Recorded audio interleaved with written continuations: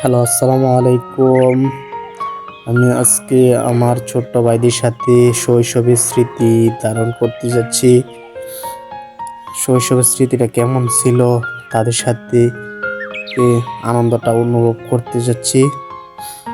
আপনারা অবশ্যই বলবেন আপনাদের শৈশবের স্মৃতি কেমন মনে আছে। কলা গাছের খোল কেটে আমরা নিয়ে এসে পায়াতে একটা গোল সিস্টেম করে এখানে নিচে আগুন দিচ্ছি, যাতে শৈশবের মতো স্মৃতি অনুভব করতে পারি।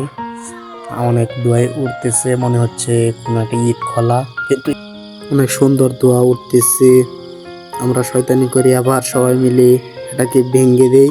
ভেঙে দিয়ে দেখেন সবাই একসাথে ভেঙে চড়ে অনেক মজা করতেছি।